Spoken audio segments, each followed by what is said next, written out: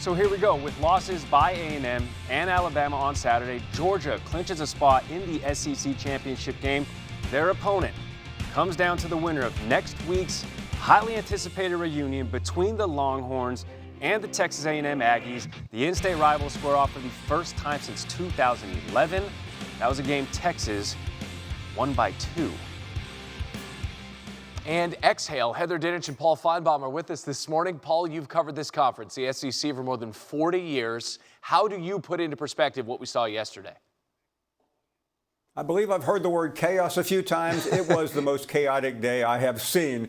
There's really no way to explain it other than to think that this is usually the worst weekend of the year in the SEC. We used to call it Cupcake Weekend. You don't have a lot of drama, and that's all we had yesterday. And the biggest really came last night in Norman because Alabama had everything in front of them. They had all they have to do is win out. They go to the SEC championship game.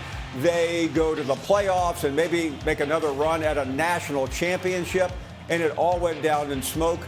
I have been covering Alabama football since the 80s. I don't think I've ever seen an Alabama team that was as poorly prepared and executed like they did last night in a big, big game. But that wasn't it. I mean, you had the Ole Miss situation. Lane Kiffin, earlier in the year, rumored to be the next Florida coach, and he ended up losing to the guy who retained his job. It's funny you mentioned that because now Florida back-to-back weeks dethroning a ranked team as Florida unranked. So Billy Napier's team looking solid in the home stretch. Heather, that leads to this question. You have one loss team in the SEC, two loss teams, three loss teams. At the end of the day, what does yesterday's chaos mean for SEC teams in the playoffs?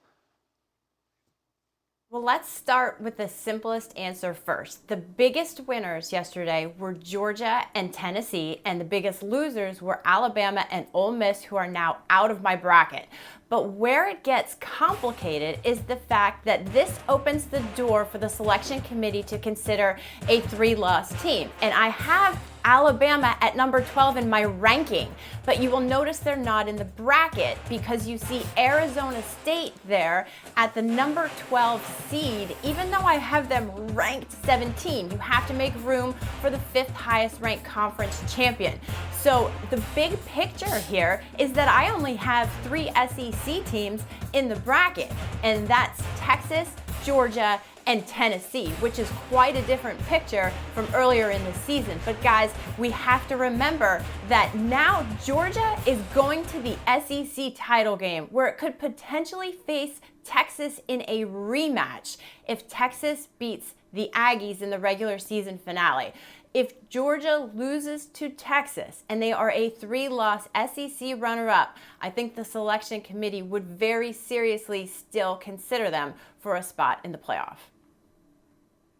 And that's such an interesting point, Heather, because the SEC commissioner was telling people just the other day that game should be a reward. But now with Ole Miss gone and Alabama literally hanging on the bubble, that likelihood of Georgia, even with a loss, becomes a likelihood. And we really wouldn't have been able to predict that a couple of days ago. Seeing Arizona State, Heather, there in the 12 line calls into question other potential conference champions, thinking outside of the traditional mix. So you look at the Mountain West and you got Boise State. Where else, though, could there be a threat to not only the Sun Devils, but to the Big 12 in general? Well, look, I would be shocked if the Big 12 were left out of the college football playoff. But I think if Boise State loses, it opens the door for Tulane. If you're going to look at the ranking on Tuesday night, we're pretty much down to the Mountain West Conference champion and the American Athletic Conference champion. But Army losing in the way it did to Notre Dame does not help Tulane in any fashion. The Big 12 game is still going to feature 2 higher ranked opponents than the American. Next week, rivalry week across college football. It's the last regular season game of the season, but we have already seen so many playoff hopes dashed yesterday. That's Heather Dinich and Paul Finebaum with us through the duration of the morning this morning on SportsCenter. Thanks, y'all. Colorado loses, so Curve. does BYU to Arizona State. I'm wearing juke. And that means chaos in the Big 12. Trevor Matich is wearing cool water. He is. 8 teams Cool guy. still have a chance to reach the Big 12 championship game. We're going to tell you, we could tell you who controls our own destiny, but that's the thing about destiny, no one really does. Also No one true. in the Big 12 does. Actually, hi, karate. for the record. Oh, fair enough. Sure. It was. Yeah. It did have a bit of a kick to it. Be careful how you use it. Notorious B.I.G., hey, it was part of his commandments. You're not supposed to get high on your own supply, and that's what Deion Sanders says as Trevor Matich joins the program. Heather Dinich still here. And Heather, we'll start with you. Did Colorado just play themselves out of the college football playoff?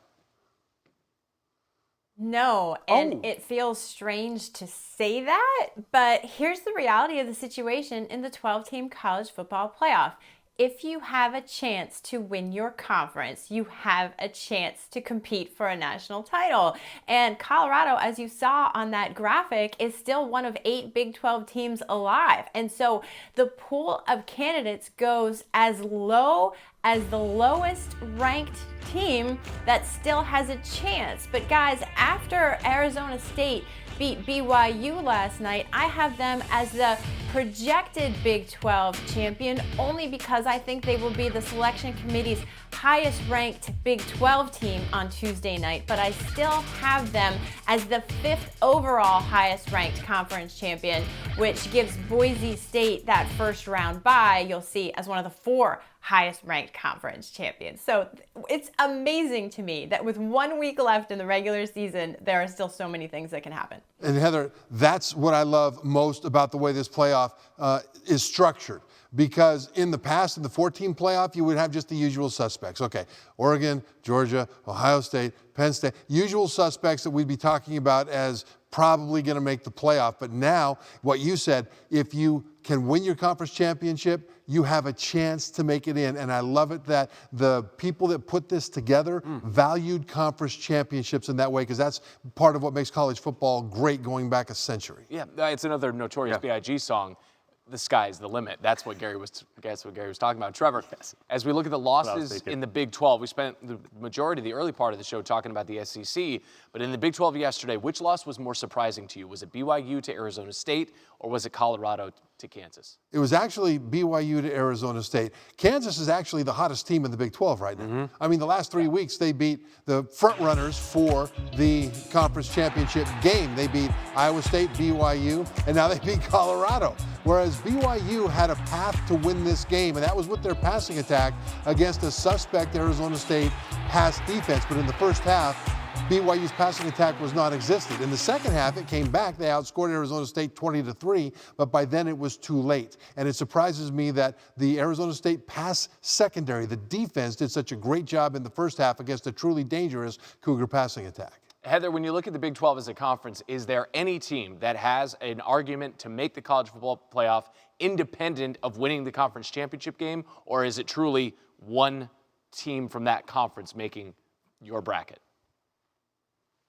It feels like one team from this conference for sure. And it's interesting because if you look at the bracket, I have 2 ACC teams in the top 10. So it's just a reminder that the picture can certainly change, but I can't emphasize enough how much conference championship games matter in the selection committee meeting room. And so when you look at the Big 12's ability to at least likely have 2 ranked opponents playing, I think that separates the Big 12 from another group of 5 team edging them out. So the ACC got a little bit of a boost because of some teams that lost ahead of them, but I think that the Big 12, at least for right now, is still a 1-team league. And Heather was texting me, and not you, this was offline, but that's another Biggie Smalls song. It reminds me of Juicy. That's a juicy nugget that she just offered.